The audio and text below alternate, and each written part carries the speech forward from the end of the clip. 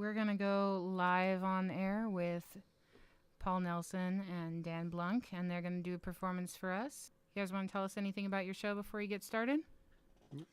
Your idea.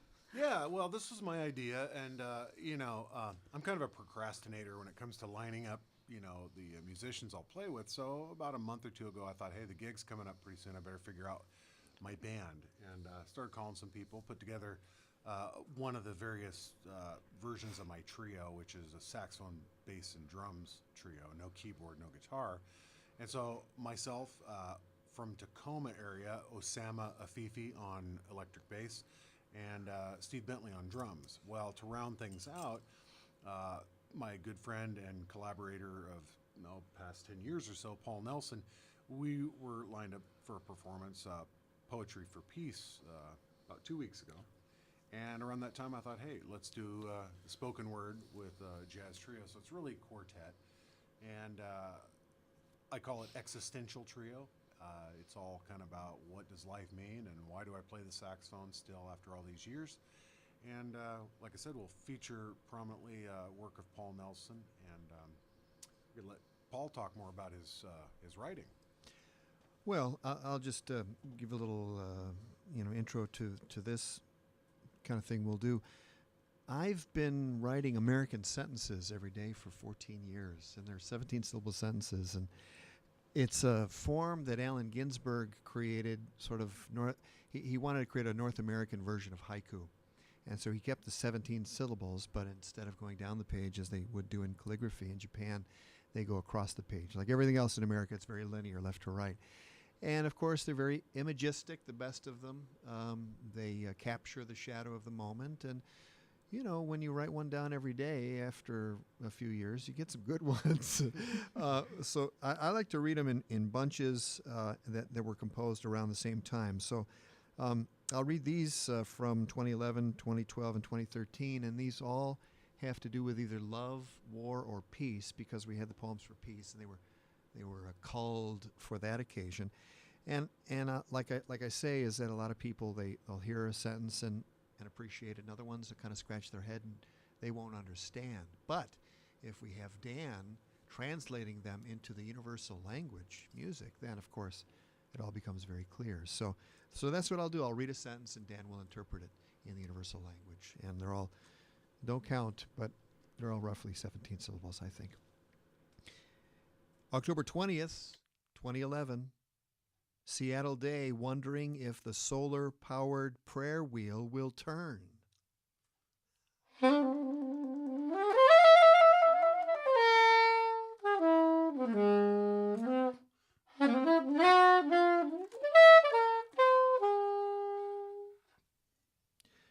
December 21st, 2011. Sometimes a cop just has to punch a lady jaywalker in the face.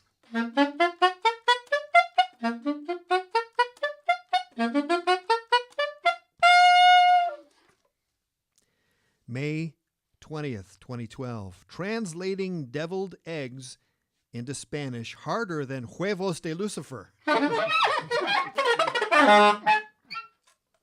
May 31st, 2012. Not unlike a fart, he rolls down car window to let out bad music.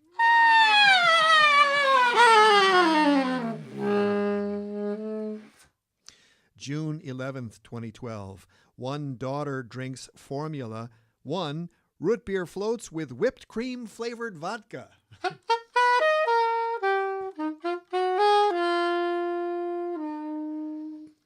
August 10th, 2012. The bad saxophone busker playing Killing Me Softly with his song.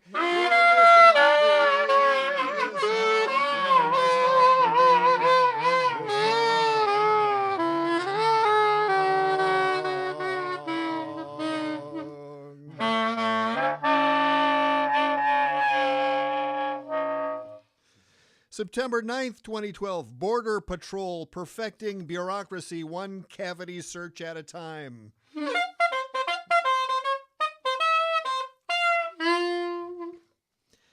October 5th, 2012, two wired on Hua Yen and white tea to see the tailgating moon.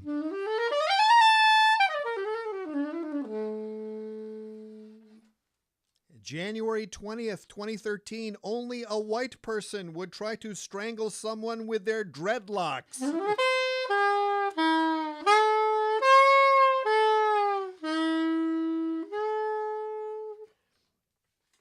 I didn't get that last one. Yeah, there's nothing quite like a saxophone playing to make it all clear for people, because that's, when Paul talks about the universal language, it's not really music per se, it's saxophone playing.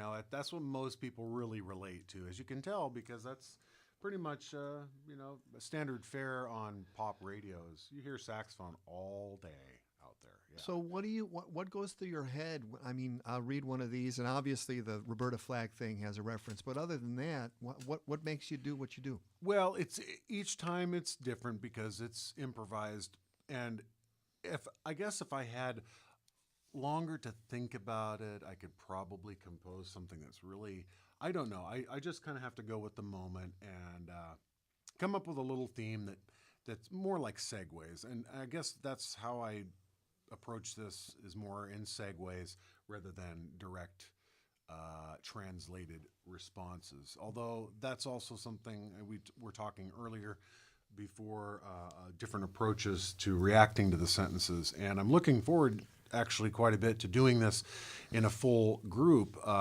It's been about 10, 12 years ago, back when a place called Studio 321 on Jefferson Street downtown in the Port District still existed. It was still standing. It's been leveled for years gone. We did a performance with a quartet: David Joyner, Steve Lucino, Steve Bentley, and Paul, and myself. Bert was in the audience too. Bert Wilson, the late Bert Wilson, was in the audience, and we played, and with a full band to accompany spoken word.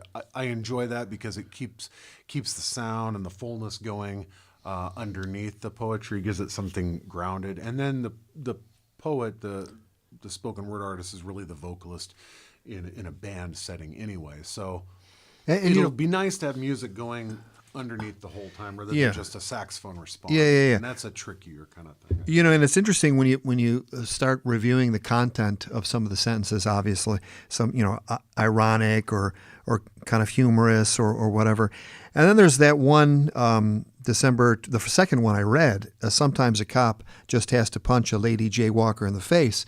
And, some people might read that as advocating violence against women, but that's not the case at all. It's sort of, it's sort of a sarcastic kind of comment on the Seattle Police Department. I mean, this woman is jaywalking, and he feels threatened and needs to not only punch her, but punch her in the face. And it's just so ridiculous that if anyone would think that I'm condoning that, they'd have to reconsider. It's like a lot of the humorous kind of commentary, say on Saturday Night Live, the news segment. They'll very sarcastically state a news topic, and put a lot of heavy dose of sarcasm on it. I did a residency at the Lake, Morris Graves' last home in Lolita, California. I was there for 9 days a year ago, and he has a series of sculptures that he did, and he kind of put away for a good long time. I thought they were very interesting. I learned that one gallery owner in England had just one disparaging remark, and Graves put him away for a couple of decades, maybe 25 years. And I love the name of it. They were called Instruments for a New Navigation. And so that's the name of this. And that text actually goes through the middle of the poem. So it's a mesostic in the tradition of John Cage. So here it is. Thanks for having us. It's really an honor to be on this legendary radio station, Chaos. Instruments for a New Navigation. Consciousness manifesting as a whale hunt dance shawl, or as an instrument for a new navigation. The age that ended as humans entered space might have been ruled by machines. A poem is not a machine, nor a noble human, nor an otter, sending wavelets from under the studio dock or from just beyond the horsetail, or giant members of the skunk cabbage tribe.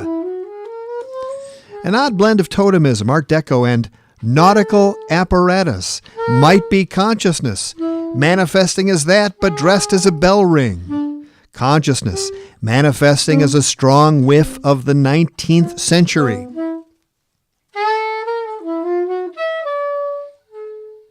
Consciousness manifesting as a reflection of the dominant breeze on the lake, or an ache to escape by water.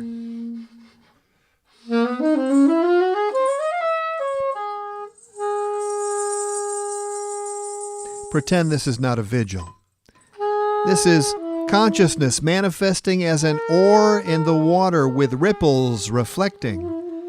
Sun on the tiny island's lichen-besotted wax myrtle tree in search of another new tool for transcendence or to learn the invisible language of birds. Red-winged blackbird. Coot. Window-ramming titbush or nuthatch consciousness manifesting as a gander in ecstasy, a certain empathy for invisible natural forces, but are there, sure as Orion and the steaming puer leaves thrice steeped in the hall of witness, going everywhere unimpeded in southern Cascadia November. Fire, quiet, as some half-caught telepathic message.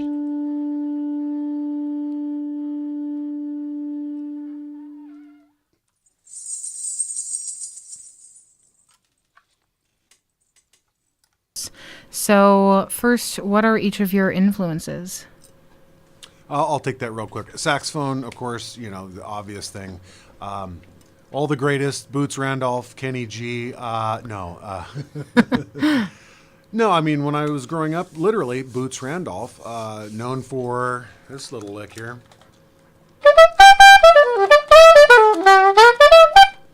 When I started in 6th grade, that was the only saxophone player my parents knew about. And so, turns out, he was actually a really great musician. He played studio work. He played on Elvis records, Jerry Lee Lewis, but he made his money, playing kind of honky-tonk country sax. Well, I moved on from there. It was the 80s, early 80s, so Grover Washington Jr. and David Sanborn were playing a jazz funk fusion long before the evil term smooth jazz came about. Although before that radio format died, they did play stuff of theirs on there, but it was 80s funky jazz. Then I discovered John Coltrane's music, Wayne Shorter, Miles Davis, of course, all kinds of jazz greats. And so then that goes on, mixed in with my influences of being a product of the 80s and Van Halen and even a product of the 90s and Northwest rock like Nirvana and Soundgarden. So I'm kind of a mutt, Heinz 57, but I got a saxophone, so people just assume that that's my only influence. But anyway, that's kind of a random nutshell. Paul? Those same musicians I feel inspired by. I try to get those. Well, I don't try and get them. They just kind of run through my head, so they come out in the poems. Monk is one person you didn't mention, but Thelonious Monk. I love his angles and his reflections. And Carla Bley, beautiful compositions that she does. And in terms of, and all kinds of music, reggae music, Peter Tosh, and of course I grew up with rock and roll. Worked in jazz radio, worked with Daddy O'Daly in Chicago and Dick Buckley and other jazz legends. And in terms of writing, all kinds of people. Allen Ginsberg, I had a chance to interview him 20 years ago and is quite an effect on my life. Michael McClure has been a huge effect on my life. Sam Hamill's a good friend, the Northwest poet and translator. Brenda Hillman, Joanne Kiger, Nate Mackey. List goes on and on. I could go on all night, like you say.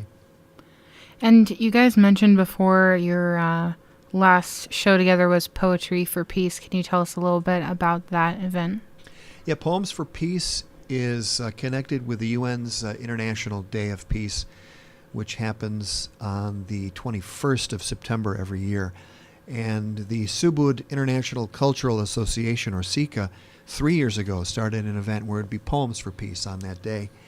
And we were busy doing something else the first year, but the second year we took it up, and then the third year, which was this past September. And it's a day to have, people read about peace. And it's a little more detailed, a little more complicated than just reading poems that say war is bad, don't bomb people, and don't send out the drones, and don't spend so much of your money on empire and 1,000 military bases around the world, and $1 billion a week on quote-unquote ISIS or whoever the latest quote-unquote threat is. It's a little more complicated than that. Peace involves building community. It involves creating a space in which people can feel vulnerable and get in touch with their deepest self. So poetry at its best is when people are doing that. They're showing a side of themselves that goes very deep. They go very deep down their own throats, to quote Lissa Walsack, the great Vancouver poet. And so it was a great night. The audio is still online, SubudGreaterSeattle.com, SUBUD, which is my spiritual community I've been involved with for 10 years. And you can hear the audio. And in fact, you can hear a version of Instruments for a New Navigation. I also put that on SoundCloud. And the tone, that last note that Dan played with Jim O'Halloran was just amazing. And I think that says a lot about peace, when two musicians who obviously care very much about what they do and practice to keep their art going, come together and spontaneously create something that's beautiful. That is a real statement of peace. So I'm glad to be connected and in any way have a role in allowing people to have that experience. Well, and also I had just met our collaborator that night for the first time, Jim O'Halloran. And beautiful flute player. Played a beautiful silver flute, but with I'm assuming Grenadalia wood head joint, like Nancy Curtis, Bert Wilson's wife here in town. There's something about that tone that makes it just that much more wood-like. So yeah, having played together for the first time and backing up Paul in some very complex material, that's one of the challenges for me. In a way, it's like, yeah, this is cool. We do some stuff, and I'm playing some jazzy licks. But really, my goal, which I still feel like I've got a long way to go with this, is to really play something that really complements it, or really goes with it, or really just. And so, when you do it for the first time, it was a fresh piece to me. This Instruments for a New Navigation, and with a person I hadn't worked with before, it was pretty magical that we could come together, play it. It came off sounding about as composed. I mean, it sounds like a soundtrack, or that all three, the voice, the flute, and the soprano, were written together. It gets a little dense because we got two instruments and a voice, but it really fit. And this last note that Paul's talking about was really it was an interval between Jim and myself. I don't even remember what interval we were playing because it was all improvised, but it worked out perfectly. And yes, that last note, it just kind of faded off, and we hit it right when Paul hit his last syllable. And there's a quote, I'll paraphrase it, and I believe amongst many people who've said things like this, Wynton Marsalis, in one of his educational comments about jazz, is that it's and this really goes for improvised music or any kind of collaborative effort that involves spontaneity, is it's really the ultimate form of democracy, where you really are all equal. You have to share, you have to get along. You can't work with the ego in there. It gets in the way. And Jim, very mellow, peaceful guy, never met him before, and me as a saxophone player, I could easily walk in and play the usual big, loud, honky horn, but I brought the soprano. It's a lot more delicate, and I intentionally played as under things as possible so I could hear not only Paul and what he's written, but the flute, and give the flute a little lead, and I would play more supportive roles. So, if I could just add one thing to that, you talk about sublimating the ego, and Robin Blazer, the great Vancouver poet, talked about writing as the practice of outside, and so what you're doing there is trying to tap into those to things that are beyond yourself, and I think when you can, if it's possible, to sort of put the small you, down a little bit and tap into a bigger S self, that's when you start getting into some interesting territory, and it's really a lifetime of doing that and having the experience and not being able to recreate it. And so the fact that Dan was ready to play a supportive role, and that Jim was as well, and that I was to some degree, made it possible for something bigger than us, I think, to come into the room. And I think people can really feel that. You know, if they're open to it, they can feel that these people are tapping into something greater than themselves. So it's a really humbling feeling, and it's a really awesome one too when it happens in a good way. And it's a good example of just peace in action, I think, is that if leaders of countries, or if ideological differences, if people could come together and it doesn't have to be agree to disagree. It's like, how about let's just drop all the preconceived things and make something that works. And luckily, artists tend to do that in peaceful ways.